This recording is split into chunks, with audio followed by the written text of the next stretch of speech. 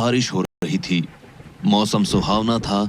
दिल्ली का बिलियनियर चैतन्य सेठ और चार्ली, जिसकी उम्र लगभग 40 साल थी, कनॉट हाउस में अपने आलीशान विला में अपनी गर्लफ्रेंड रीता के साथ अपने बेडरूम में शराब और शबाब में डूबा हुआ था। कमरा महंगी वाइन और गुलाबों की खुशबू से महक रहा था। माहौल रोमांटिक था। रीता और चार्ली एक दूसरे को पैशनेटली चूमते हुए हार्डकोर लव कर रहे थे। कमरे से चार्ली और रीता की मदहोश कर देने वाली आवाजें बाहर जा रही थी, जिसे कमरे से बाहर कुछ दूरी पर खड़ा चार्ली का नौकर चाव तक सुन पा रहा था।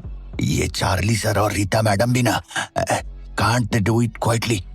Oh baby, I want to get more wilder. Please, please, please. No. Oh please, John. तुम नशे में हो। Oh baby, वही तो कह रही हूँ। तुम भी हो जाओ ना। Seriously, अलग ही प्लेजर मिलेगा।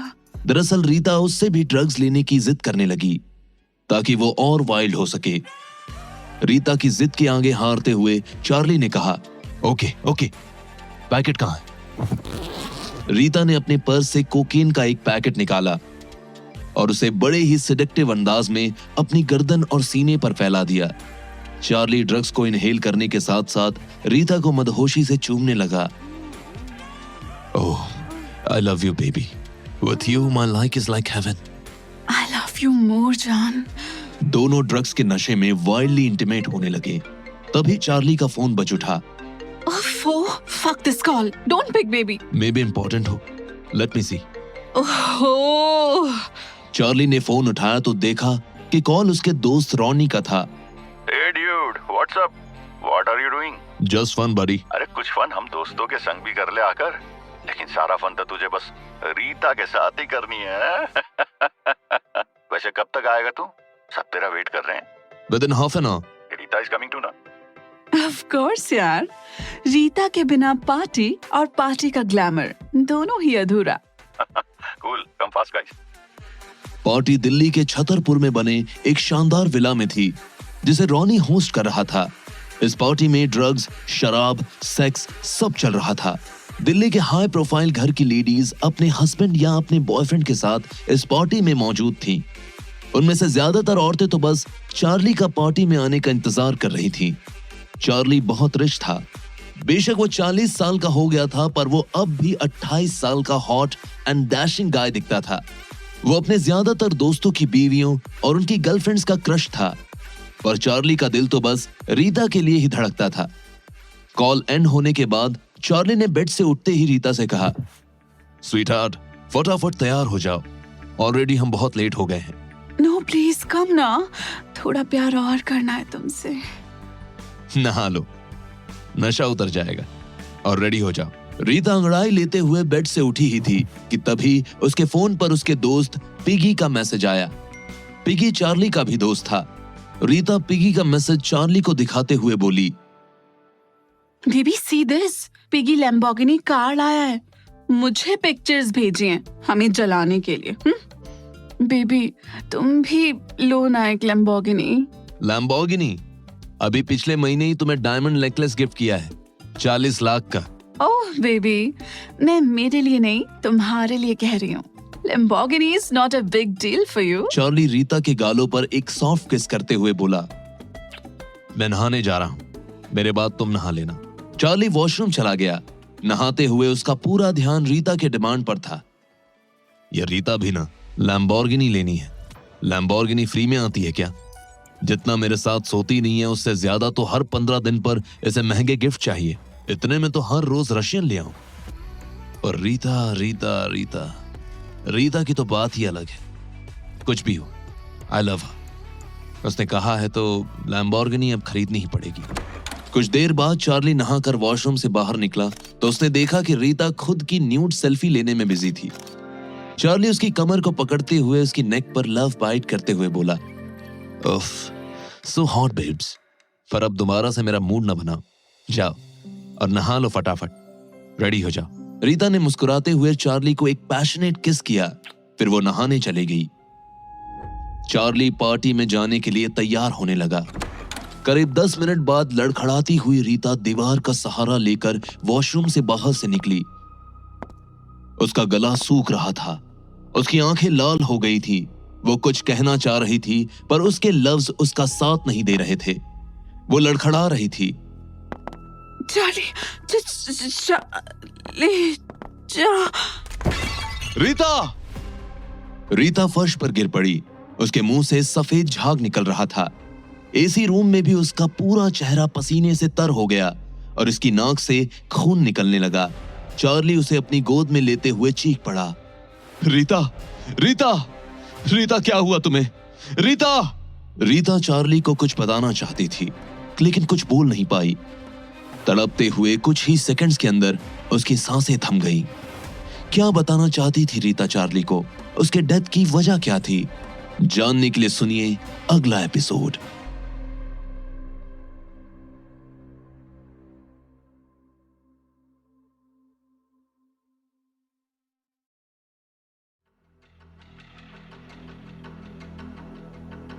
Rita, get up! Rita! Rita! Oh no, Rita! Ciao! John! John! Ciao! Where are you all? Ciao, जल्दी आओ! चाओ और जॉन चार्ली के सबसे भरोसेमंद सर्वेंट थे, खासकर चाओ। जॉन उस रात घर पर नहीं था। चाओ चार्ली के बेडरूम के आसपास ही था, लेकिन चार्ली और रीता के लव सेशन की आवाजें जैसे ही आना बंद हुई, चाओ अपने काम में लग गया। ये चार्ली सर क्यों चिल्लाने लगा अचानक? अभी तो आए भर रहे थे। देखता हूँ जाकर। नहीं, 2 मिनट बाद जाऊंगा, वरना सर को लगेगा कि मैं यहीं उनके रूम के पास खड़ा वो सब करते हुए सुन रहा था। सर, क्या हुआ? आप ठीक तो है ना? Ciao! Ciao! वो चार्ली की उंगली के इशारों पर जैसे ही उसने नीचे मरी पड़ी रीता को देखा तो उसे 1000 वोल्ट का झटका लगा। सर, ये कैसे हुआ? रीता मैडम। मैंने कुछ नहीं किया। रीता फ्रेश होने गई थी, वॉशरूम से निकली और गिर गई। And now she is no more. अच्छा सर, पर आप परेशान मत हो, मैं देखता हूँ। ये सब चलता रहता है। चाओ, बहुत प्रॉब्लम हो जाएगी, मैं फंस जाऊंगा। सर, मैं हूं ना, कुछ नहीं होगा आपको। दोनों बात ही कर रहे थे कि चार्ली के फोन की घंटी बजी। ये फोन कॉल चार्ली के दोस्त जिया का था। चार्ली कॉल देखकर बुरी तरह घबरा गया। वो चाओ की तरफ देखने लगा। चाओ उससे बोला, सर, आप फोन उठाइए। पर वो रीता। सर, आप फोन तो उठाइए, मैं बताता हूँ ना आपको। Hey beautiful. हे हैंडसम, इतना टाइम क्यों लगा दिया फोन उठाने में? वो मैं बस।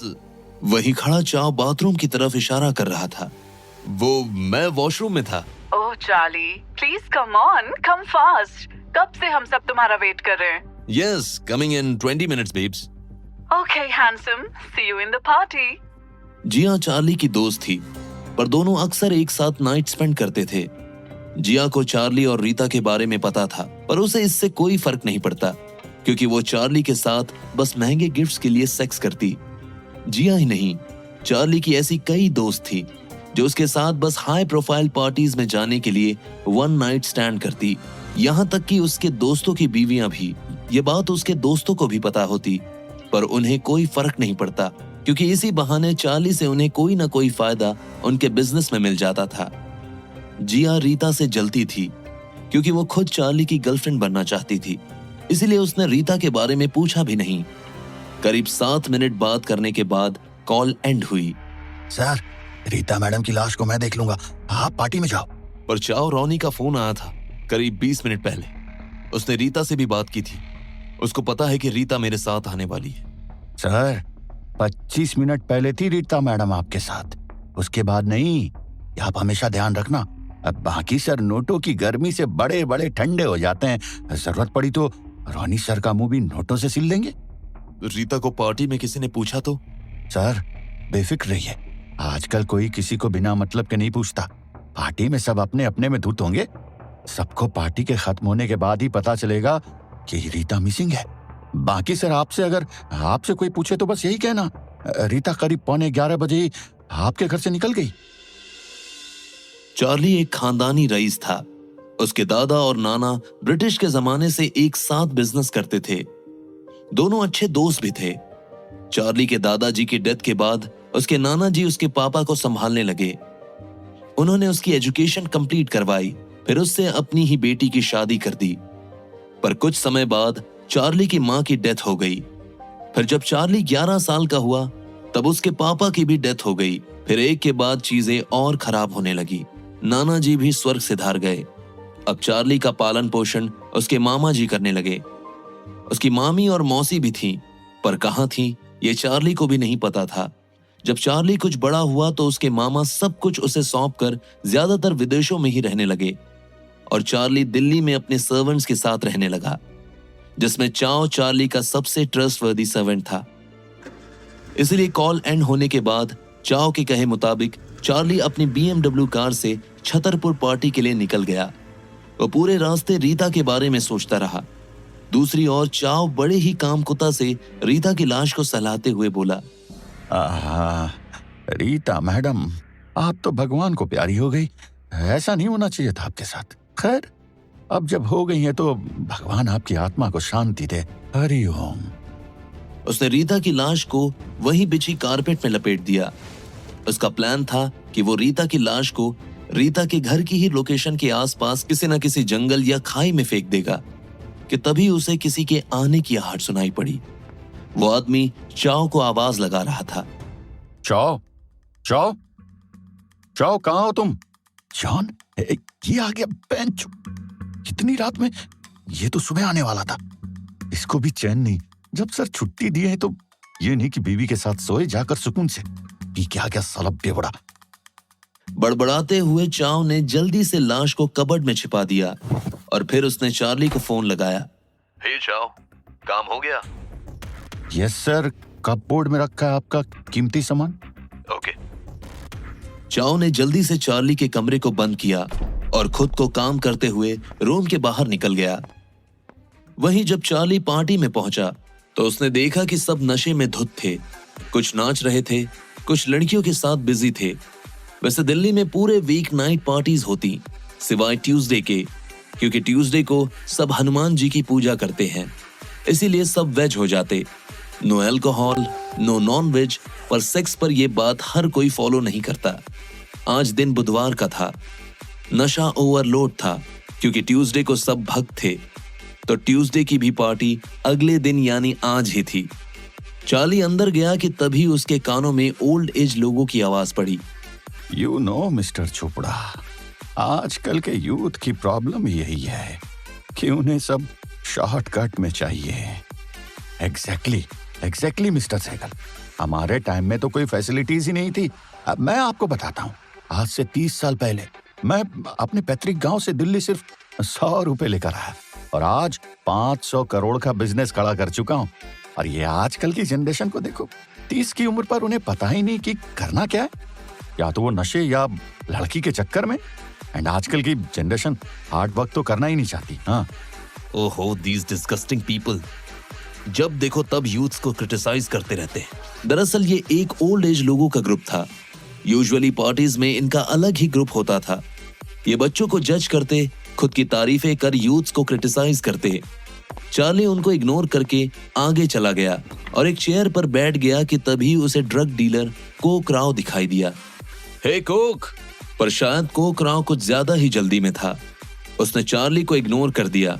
उसका म्यूट रिएक्शन देख चार्ली खुद ही कोक राव के पास गया। हे कोक, व्हाट्स अप डूड? इतनी जल्दी में कहां जा रहे हो?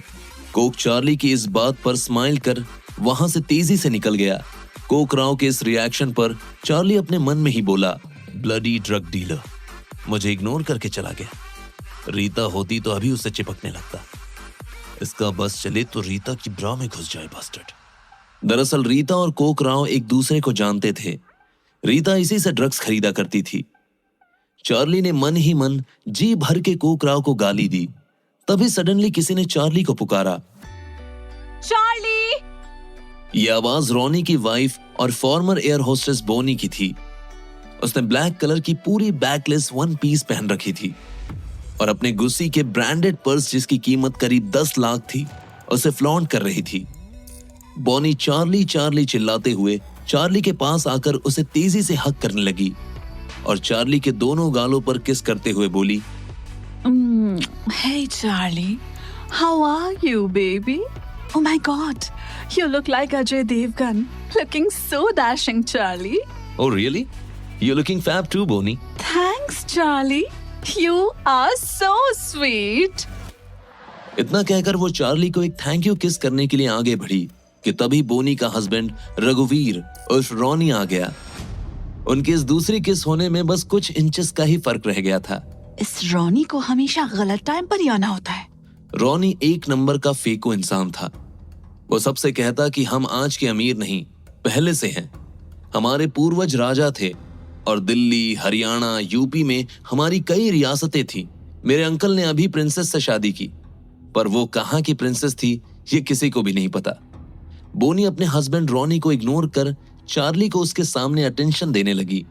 दरअसल कुछ ही दिनों में चार्ली के विला में शानदार पार्टी होने वाली थी, तो बोनी चाहती थी कि वो चार्ली को खुश कर ले ताकि वो उसे इस पार्टी में स्पेशली इनवाइट करे। तभी सडनली बोनी चार्ली से बोली, चार्ली, वेयर इज रीटा? अब कहीं दिखाई नहीं दे रही। ये सुनकर चार्ली घबराहट से कांपने लगा। उसकी हालत तो ये थी कि जैसे किसी ने उसकी गर्दन पर तलवार रख दी हो। आखिर क्यों चार्ली रीता की मौत को सबसे छिपा रहा था? वो सच बताकर अपने दोस्तों की मदद भी तो ले सकता था। आखिर क्या वजह थी उसके डर की? जानने के लिए सुनिए इस कहानी का अगला episode.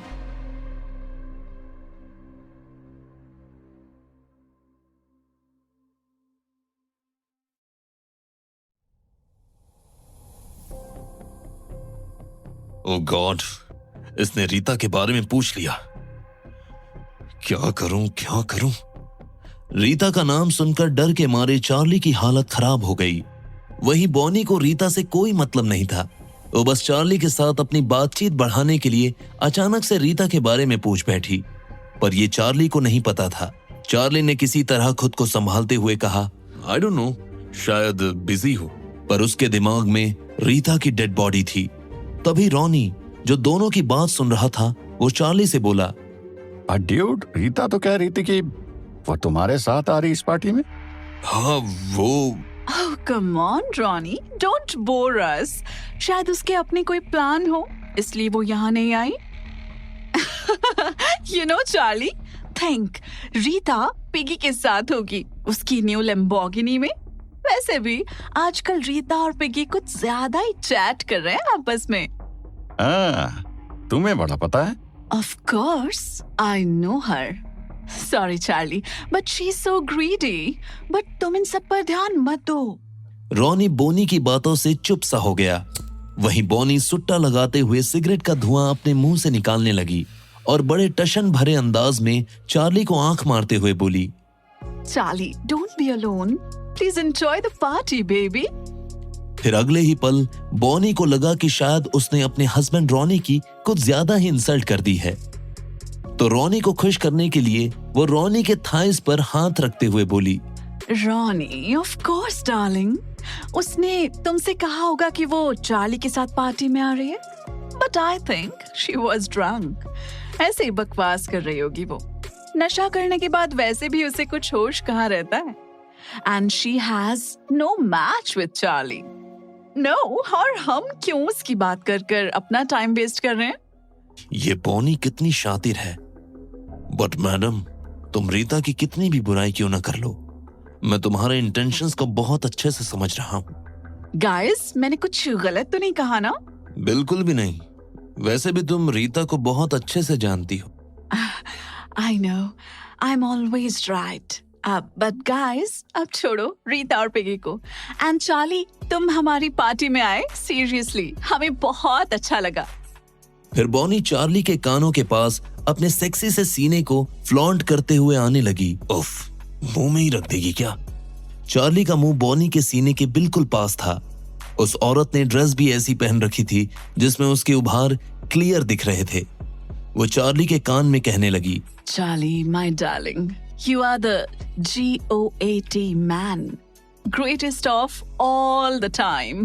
Mister Seth, this is what my first name is, तो मुझे तुम यही कहो। Oh, yeah, baby, sorry. लगता है चार्ली को मेरा बार बार चार्ली कहना अच्छा नहीं लगा। क्या करूं अब? सॉरी तो बोल चुकी हूँ। ये बोनी भी पागल हो गई। लगता है इस डफर को पता नहीं कि चार्ली को नहीं पसंद कि हर कोई उसका नाम ले, बट फिर भी खुद को स्पेशल में काउंट करा रही है। कहीं चार्ली ज्यादा नाराज न हो जाए, मुझे कुछ करना होगा। उधर देखो, बाहर काउंटर। काम चार्ली, लेट्स गो, थोड़ा चिल करते हैं ना यार। चार्ली रॉनी की बात नहीं सुनता। दरअसल उसका पूरा दिमाग उसके बेडरूम में पड़ी रीता की लाश में था। उसके दिमाग में बार बार रीता की डेड बॉडी घूम रही थी। चार्ली, चलो। ओ हाँ, कहाँ खोए हो ड्यूड? कोई पसंद आ गई है तो बता दो, ऊपर रूम रेडी है। अरे नहीं, नथिंग लाइक दैट। वैसे भी blue skirt and white top में जो है ना, शी इज सना है माय फ्रेंड। अभी अभी डिवोर्स हुआ है, हार्ट ब्रेक है। तू दिल जोड़ने में माहिर है और वो उसमें। She is really beautiful. समझ गया, कराते हैं तेरी बात। इसका लॉन्जरी का बिजनेस है, Charlie and Sanya dude. Fair अच्छा रहेगा। है? फेयर अच्छा रहेगा माय फुट। ये रॉनी भी ना, मेरी तारीफ तो इसने कभी नहीं की चार्ली के सामने, और आज देखो। बॉनी को सनाए की तारीफ बिल्कुल अच्छी नहीं लगी। वैसे भी एक औरत दूसरी औरत की खूबसूरती की तारीफ कभी नहीं सुन सकती। बॉनी बीच में उनकी बात काटते हुए बोलने लगी। रॉनी, तुम्हें वो चार्ली के लायक लगती है? रियली? ओफ, वही पुरानी घटिया पसंद तुम्हारी जो आज भी नहीं बदली।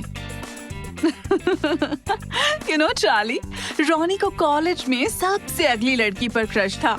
वो तो मैं आ गई इसकी लाइफ में, वरना कोई ब्लैक ही होती आज उसके साथ। ये कहते हुए बोनी तेजी से हंसने लगी और चार्ली से हाई फाई टाइप का किया। तभी उसका हाथ चार्ली की कलाई पर गया। अगले ही पल बोनी अपने हस्बैंड रॉनी का हाथ पकड़ती है और चार्ली की हैंड वॉच दिखाते हुए कहने लगी, Ronnie, see, it's real rose gold, worth lakhs and lakhs। ये हबलॉट वॉच होती है। मैं तुमसे कह रही थी ना, बहुत लाविशिंग होती है। ओह गॉड, ये लालची औरत कभी सुधर नहीं सकती। अच्छे से समझ रहा हूँ कि ये क्यों दिखा रही है मुझे चार्ली की वॉच। मेरी इंसल्ट करा के मानेगी ये। चार्ली, नेक्स्ट वीक मेरा बर्थडे है, हम पार्टी रख रहे हैं। तुम तो आओगे ना हमारी पार्टी में? तुम नहीं आए तो party cancel. You know guys, I love parties क्योंकि इतने सारे एक्सपेंसिव गिफ्ट्स जो मिलते हैं, एंड ऑफ कोर्स फ्रेंड्स भी। कितनी मस्ती होती है ना पार्टीज में। ये टेप रिकॉर्डर की तरह लगातार बोले जा रही है। अरे चुप होने का नाम ही नहीं ले रही। अब क्या बोलूं इस बेवकूफ औरत को। ये मुझे हिंट दे रही है ताकि मैं इसे हब लॉट वॉच गिफ्ट करूं इसके बर्थडे पर। माय फुट, मैं क्यों करूं ग्रीडी औरत। इतना भी नहीं पता इसे कि रिच लोग ऐसे ही इतने महंगे गिफ्ट नहीं दे देते। वो तो बहुत कंजूस होते हैं। दिल्ली में तो लोग बस झूठ की जिंदगी जी रहे हैं, हर जगह से कर्ज में डूबे हैं। उन्हें तो बस शो ऑफ करना होता है और लैविश पार्टीज अटेंड करनी होती है, और ये हम रिच लोगों से बेटर कोई नहीं जान सकता। गाइस, तुम्हें भी पार्टीज और गिफ्ट्स पसंद है ना? ये बोनी अपनी बातों से मुझे बोर कर रही है। ये जाती भी नहीं यहाँ से। चार्ली का मन पार्टी में नहीं लग रहा था। वो बस रीता के ही बारे में सोच रहा था। उसके मन में एक अजीब सा डर बार बार कौंध रहा था। Sir, champagne. No thanks. तभी पिगी आया। उसने दूर से ही चार्ली, बोनी और रॉनी को हाथ हिलाते हुए बोला। चार्ली जब तक पिगी को रिप्लाई देता, 2 सेकंड में बोनी तेजी से चलकर पिगी के पास पहुंच गई और उसे कस कर हक कर लिया। ये तो सुपर फास्ट ट्रेन से भी तेज निकली, कोई मौका नहीं छोड़ती। Hey Piggy darling, I heard you have bought a new Lamborghini. I want a ride, baby. A sexy. Of course ना, नाइट ड्राइव पे चलेंगे। ये सुनकर बोनी खुश हो गई और फिर से पिगी के गले लग गई। दिल्ली की हाई सोसाइटी में ये बहुत कॉमन बात थी। वुमेन के उन हस्बैंड्स के दोस्तों के साथ अफेयर्स होते क्योंकि वो उसके बदले उनसे ब्रांडेड बैग्स, ड्रेसेस लिया करती। बट पिगी और बोनी का अफेयर, इट सीम्स इम्पॉसिबल। तभी पिगी ने चार्ली से पूछा, Hey dude, how are you? और आजकल अकेले क्यों? रीटा कहाँ है? हमें तो लगा वो तुम्हारे साथ होगी, तुम्हारी न्यू लैम्बोर्गिनी में। अरे वो तो चार्ली के साथ थी। सुबह उसने मुझे फोन किया था तो कह रही थी कि शाम को चार्ली के साथ ही पार्टी में आएगी। स्टूपिड रीता, इसे हमारी सारी बातें सबको बतानी होती है। खुद तो गई, लग रहा है मुझे भी ले जाएगी। होगी रीता यहीं कहीं। फिर चार्ली वहां से बार काउंटर पर चला गया। वहां से उसके आगे एक लेडी खड़ी थी जिसकी उम्र करीब 28 साल थी। वो जिन एंड टॉनिक का वेट कर रही थी। यूजुअली ऐसी पार्टीज में वेटर लेडीज को ड्रिंक सर्व करते हैं क्योंकि उनके हस्बैंड्स दूसरी औरतों को ड्रिंक्स ऑफर कर रहे होते हैं। अनमैरिड लड़कियां हस्बैंड के खर्च में होती हैं। पर यह लड़की चार्ली को दोनों ही कैटेगरी में नहीं लगी। वो बहुत सुंदर थी। उसने स्लीवलेस ब्लाउज और सिल्क की ब्यूटीफुल व्हाइट साड़ी पहन रखी थी। चार्ली उसकी खूबसूरती से इंप्रेस होकर उसके पास गया। Let me help you. Charlie ने जब उसकी आंखों में देखा तो मदहोश सा हो गया। वाह, ग्रीन आईज, टॉल हाइट, 36, 28, 36 का फिगर, गोरा रंग, what a beautiful lady. And इसकी क्लासिक परफ्यूम। ऑफ, प्लीज टेक योर चिन। वो ब्यूटीफुल लेडी थोड़ी देर बैठे एक आदमी की तरफ इशारा करते हुए बोली, एक जिन स्वामी जी के लिए भी प्लीज। चार्ली ने उसके पॉइंट कराए गए आदमी की तरफ देखा। वो आदमी जिसे वो लेडी स्वामी जी कह रही थी काफी लंबा हट्टा कट्टा था।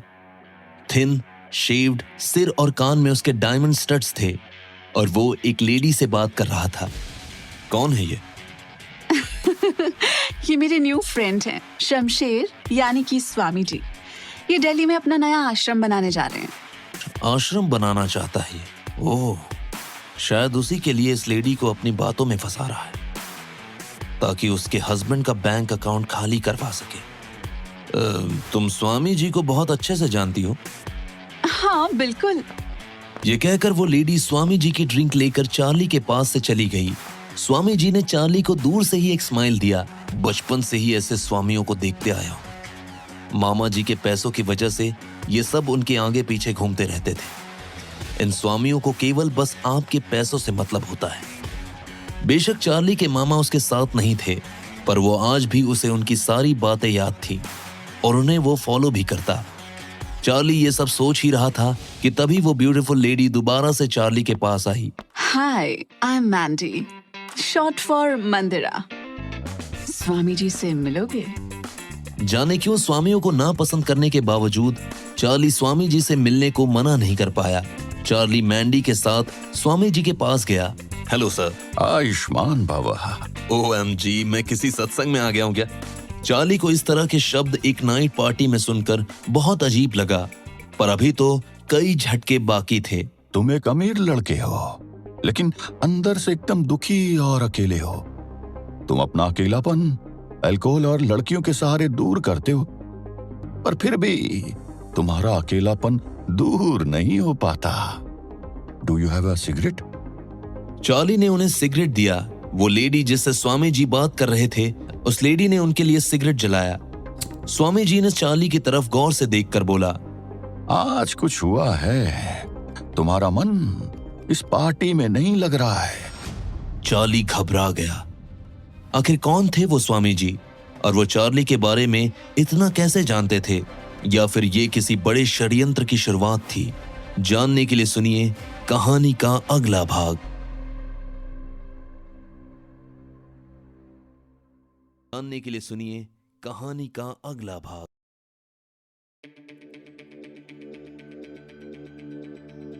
इन्हें ये सब कैसे पता? कहीं ये रीता के बारे में भी तो नहीं जानता? स्वामी जी की बातें चार्ली को टेंशन देने लगी। तभी वो लड़की जो स्वामी जी के पास बैठी थी, उसने चार्ली से हैंडशेक करने के लिए अपना हाथ आगे बढ़ाया। हाय। मैं स्ट्रेंजर्स से हाथ नहीं मिलाता। वैसे लोग मुझे मिस्टर सेठ कहकर बुलाते हैं। एक बार हमसे हाथ तो मिलाइए मिस्टर सेठ, आपके सबसे खास हम ही हो जाएंगे। Not interested. Come with me. Hey, in the mood for adventure? अगर एडवेंचर से तुम्हारा मतलब सेक्स से नहीं है तो फिर यस। नहीं नहीं, सेक्स इतनी जल्दी नहीं। चार्ली बेशक मैंडी के साथ घुल मिल रहा था, पर उसके दिमाग से रीता एक सेकंड के लिए भी नहीं गई। वैसे मुझे भरोसा है, अगर हम एडवेंचर में सेक्स करते तो शायद ये मेरा अब तक का सबसे बेस्ट एक्सपीरियंस होता। डेफिनेटली, मुझे इतना तो खुद पर भरोसा है। कॉन्फिडेंस के मामले में यू आर सो ऑसम। काश रीता जिंदा होती तो इसको मेरी सेक्स परफॉर्मेंस के बारे में बताती। फिर मैंडी ने चार्ली के क्लोज आकर अपनी टंग से उसके लिप्स को टच किया। फिर टीज करके वहां से हंसते हुए चली गई। स्वामी जी भी मुस्कुराते हुए मैंडी के पीछे हो लिए। चार्ली वहां से डांस फ्लोर पर चला गया। वहां पर दो खूबसूरत लड़कियां डांस कर रही थी। उन्होंने शॉर्ट स्कर्ट और क्रॉप टॉप पहना हुआ था। दोनों फुल नशे में थीं और डांस करते टाइम एक दूसरे के उभारों को और थाइस को बहुत ही एरोटिक होते हुए छू रही थी। उसके हाव भाव देखकर लग रहा था कि जैसे वो लेस्बियन थीं या फिर बाइसेक्सुअल। तभी उनमें से एक लड़की की आवाज चार्ली के कानों में पड़ी। Serene, oh baby, I can't wait. Let's make out, please. Another girl जिसका नाम हनी था वो भी बहुत एरोटिक होते हुए बोली, बहुत मन मेरा भी हो रहा है जान, बट कोई हमें देख सकता है यहाँ, एंड इस विला के प्राइवेट प्लेस का भी पता नहीं मुझे। Oh baby, I can't wait. Washroom? Yes. ये बेंचो इनका अच्छा है, वॉशरूम भी चल के देखूं क्या। न जाने क्यों ना चाहते हुए भी चार्ली उन दोनों का पीछा करने लगा। वॉशरूम में पहुंचते ही सिरीन हनी के इनर थाइस को सहलाने लगी। हनी सिहरा उठी। किसने किया ये? My dickhead boyfriend baby. Fuck up boyfriends. इतना कहते ही सिरीन ने अपनी हाथ की रफ्तार तेज कर दी और दूसरे हाथ से उसके बैक को दबाने लगी। ओह बेब्स, ओह बेब्स। हनी ने भी सिरीन की स्कर्ट उतार दी और उसकी वाइन रेड इनरवेयर को नीचे खींचने लगी। तभी सिरीन बोली, Not this way, darling. Your pink lips have to meet my white lips. Sirin का इतना ही कहने की देर थी कि हनी अपना मुंह उसके कमर तक ले आई और अपने दांतों से सिरीन की वाइन रेड इनरवेयर को पकड़कर उसे नीचे उतारने लगी। और अगले ही पल हनी सिरीन की ख्वाहिश को पूरा करते हुए उसके कमर के नीचे किस करने लगी। सिरीन तो जैसे मदहोश हो चुकी थी। वो हनी का सिर अंदर की ओर पुश किए जा रही थी। Baby, baby, deeper, deeper, make me come. ओह, ये सब भी कहीं भी शुरू हो जाती, पर इनकी इंटीमेसी कमाल की है, बट रीता से कम। ये सब सोचते हुए चार्ली वापस डांस फ्लोर पर चला गया। फ्लोर पर उसे रॉनी मिला। Hey dude, come, let's dance. तुम एंजॉय करो, मेरा मूड नहीं है। डांस तो दूर, मेरा किसी से बात करने का भी मूड नहीं। चार्ली ने रॉनी को इग्नोर करने की कोशिश की, लेकिन गलती से डांस कर रहे रॉनी के हाथ से वाइन की ग्लास चार्ली पर गिर गई। सॉरी चार्ली, मैंने जानबूझ के नहीं किया। चलो कोई तो बहाना मिला इससे पीछा छुड़ाने का और फिर से वॉशरूम जाने का। वहां वैसे भी सीन काफी अच्छा चल रहा है, थोड़ा वहीं एंजॉय करेंगे। चार्ली रॉनी को बिना कुछ कहे वॉशरूम की ओर चल पड़ा। तभी उसने देखा कि दो लड़कियां डरी सहमी वहां से भाग रही थी। ये वही लड़कियां थीं, सिरीन और हनी, जिन्हें कुछ देर पहले चार्ली ने मेकआउट करते हुए देखा। हे, क्या हुआ? आप लोग ऐसे भाग क्यों रही हो? दोनों लड़कियां डर से सहमी थर थर कांप रही थी। एसी में भी उनके माथे से पसीना टपक रहा था। वो बहुत स्पीड में थीं। वो वॉशरूम में लाश। What? दोनों लड़कियां चिल्लाते हुए वहां से भाग गई। चार्ली जल्दी से वॉशरूम के अंदर गया और वहां उसने देखा कि एक मोटा सा आदमी औंधे मुंह पड़ा मिला। उसका फेस टॉयलेट बोल में फंसा हुआ था। Oh my God, what the hell is this? ये कौन है? चार्ली ने उस मोटे आदमी को देखने की कोशिश की, जिसमें वो कामयाब रहा। ओह शिट, ये तो बफे भट्ट है। ये कैसे मर गया? बफे भट्ट यानी कि सुरेश भट्ट, जो कश्मीर से दिल्ली आकर बस गया था। वो यहां दिल्ली में कैटरिंग का बिजनेस संभालता था। वो कैटरर्स को पार्टी से कनेक्ट करवाता, एंड वो एक ब्लॉगर भी था। यमी टिट्स बिट्स उसकी ब्लॉगिंग साइट थी, जिसमें वो रेसिपीज के साथ साथ गॉसिप्स भी ऐड करता। ये बफे भट्ट के आसपास छोटे मोटे व्हाइट पाउडर के पैकेट्स कैसे पड़े हुए हैं? कहीं ये ड्रग्स तो नहीं? शायद ड्रग्स ही हैं। फकिंग मोरॉन, शायद ये भी ड्रग्स डीलिंग करता था। साला दिल्ली में जितने सीक्रेट्स हैं उतने सीआईडी में भी नहीं होंगे। इन पैकेट्स को देखकर ये लग रहा है जैसे इसके किसी के साथ लड़ाई हुई हो। उस लड़ाई में ये पैकेट टूटकर बिखर गए हों। And Coke Rao, where is ही?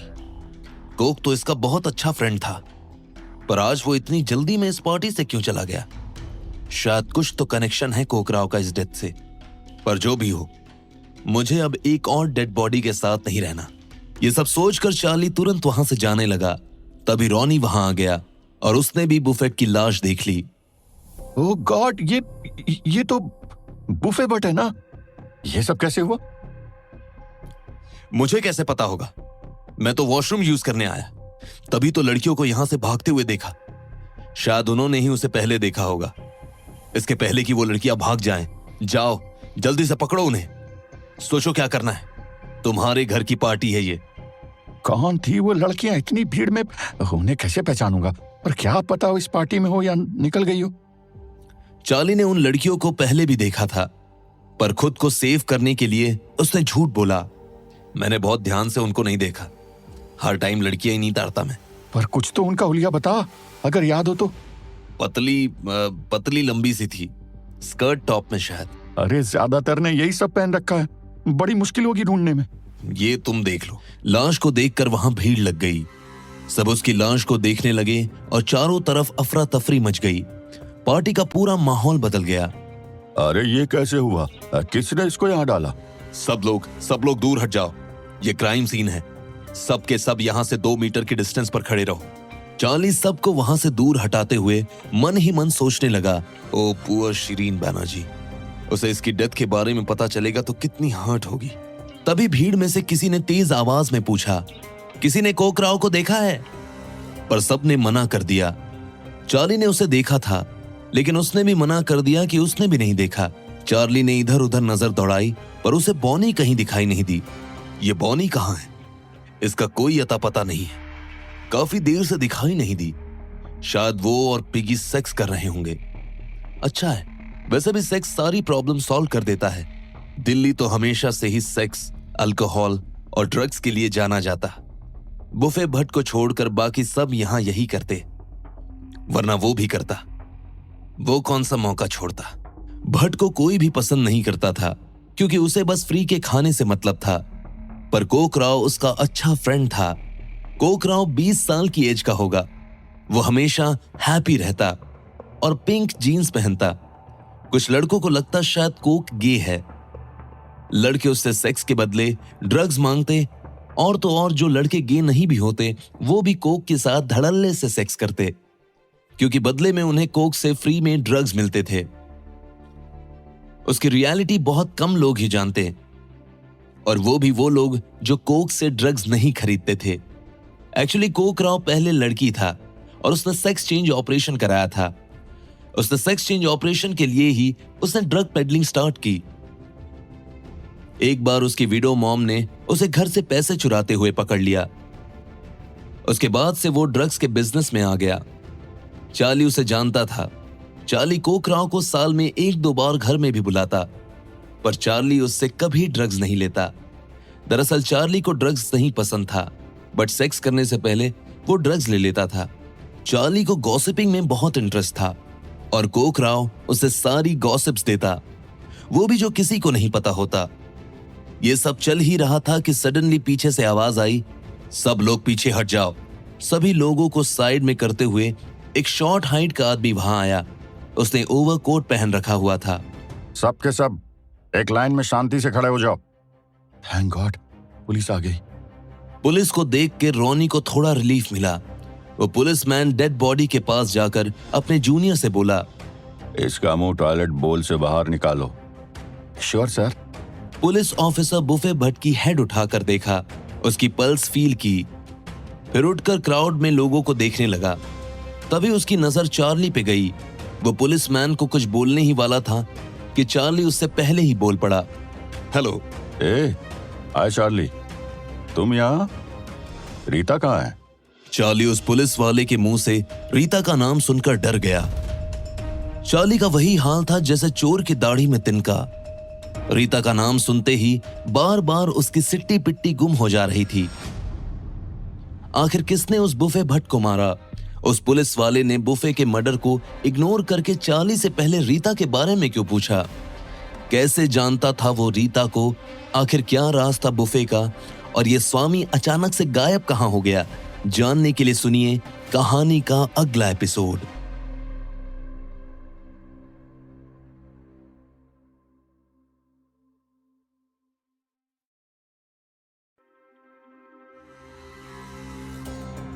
ये रीता कितनी बेवकूफ थी। लाइमलाइट लेने के लिए हर किसी को हमारे रिलेशनशिप के बारे में बता रखा था इसने, इस पुलिस वाले तक को भी।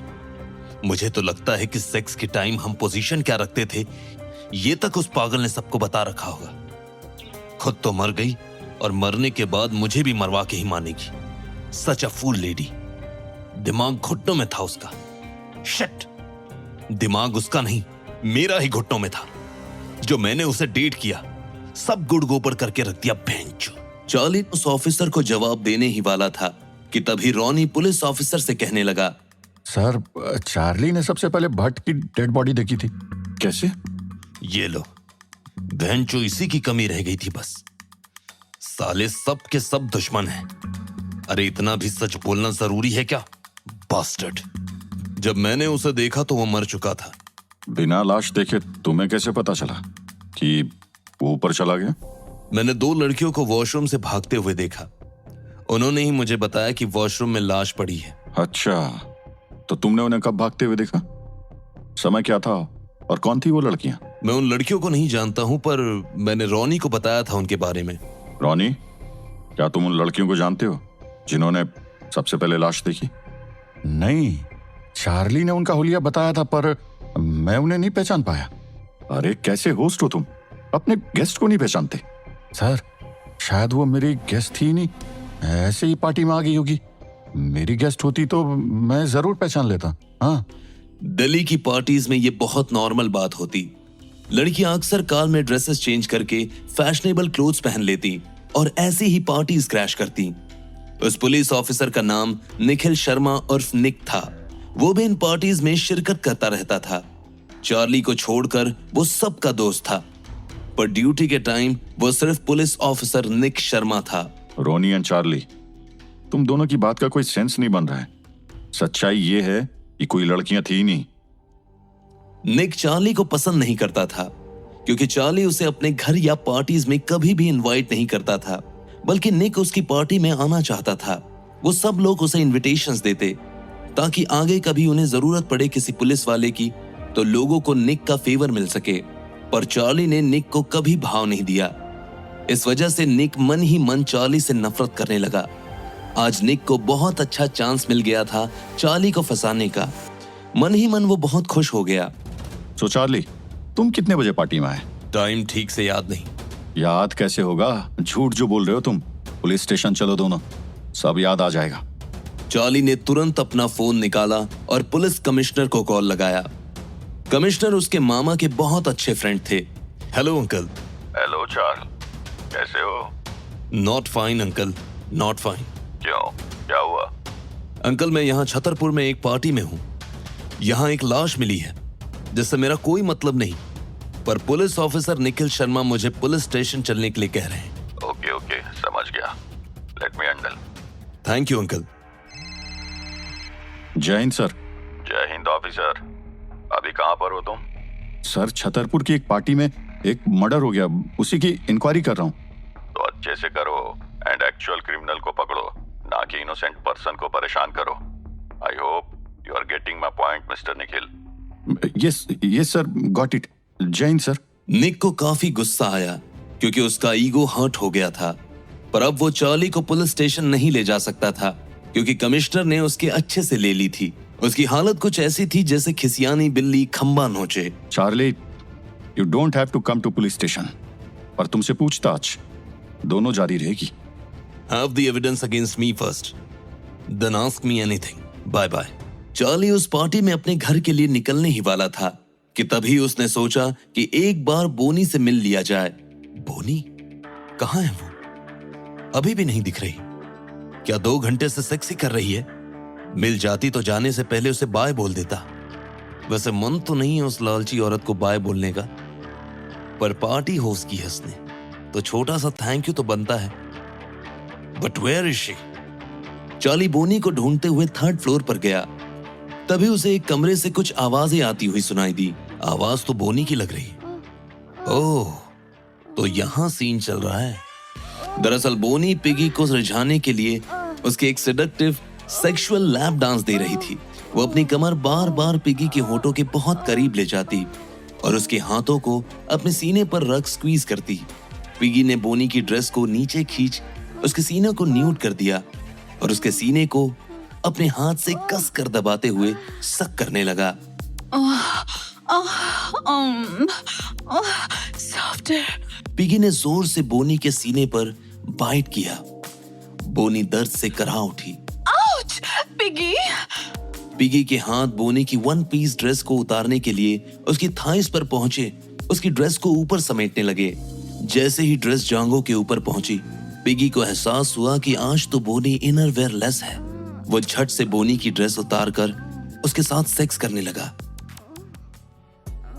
चार्ली ये सब सुन रहा था। लगता है इनका सीन पूरी नाइट चलेगा। Fucking bitch. पर आज ये क्या हो रहा है मेरे साथ? मैं यहाँ पार्टी में एंजॉय करने आया हूँ या सेक्स देखने? रीता चली गई तो ऐसा लग रहा है कि ये सब मेरी फिरकी ले रहे हो। ये दोनों यहाँ लगे पड़े हैं और नीचे मर्डर हो गया। Fucking guys. खैर मुझे अब चलना चाहिए। ये औरत वैसे भी बाय के मूड में नहीं। चार्ली पार्टी से बाहर आ गया और एंड गोल्फ कार्ट में बैठ गया। वो आया तो BMW से था पर गया गोल्फ कार्ट से। दरअसल दिल्ली में रिच लोग की पार्टीज में होस्ट गेस्ट को इसी कार से पिक एंड ड्रॉप करवाते। गोल्फ कार्ट में बैठकर चार्ली रीता को याद करने लगा। शायद मैं रीता से प्यार ही नहीं करता था, बस उसकी बॉडी से प्यार करता था, वरना उसके मरने के बाद मैं पार्टी में नहीं जाता। पर बीच रास्ते में ही जाने क्यों चार्ली गोल्फ कार्ट से उतर गया। उसने ड्राइवर को टिप भी नहीं दी। उसने अपने ड्राइवर मुन्ना को कॉल किया। तभी पीछे से उसके शोल्डर पर किसी ने हाथ रखा। चार्ली पलटा तो सामने उसे मैंडी दिखी। मैंडी उस वक्त अकेली थी। शमशेर स्वामी उसके साथ नहीं थे। क्या मुझे लिफ्ट मिल सकती है? जाना कहाँ है तुम्हें? कहीं भी, जहां तुम ले चलो। पहले ही बताया था कि आज ऐसा कुछ मूड नहीं मेरा। वैसे मैंडी चार्ली को बहुत इंटरेस्टिंग लगी, लेकिन उसका ध्यान इस वक्त कहीं और था। उसे बस घर जाना था, अपने कंफर्ट जोन में। उसके घर के बैकयार्ड में एक मुगल टॉम बना हुआ था। जब भी चार्ली बहुत अपसेट होता तो वहीं जाकर बैठ जाता, मुगल की डेड बॉडी से बात करता, लेकिन उसे कोई आंसर नहीं मिलता। पर जाने क्यों उसका मन हल्का हो जाया करता। वो टॉम चार्ली का एक ऐसा फ्रेंड था जिसके साथ चार्ली सारी बातें शेयर करता। जब चार्ली के पेरेंट्स की डेथ हो गई तब से वो मुगल टॉम से बात करता। चार्ली अंदर से बहुत अकेला था। तभी मुन्ना कार लेकर आ गया। Sir please come. Charlie car में बैठ ही गया था तो कि तभी उसके सामने से पिगी की लैम्बोर्गिनी पास हुई। बॉनी उस कार में पिगी के साइड में चिपक कर बैठी थी।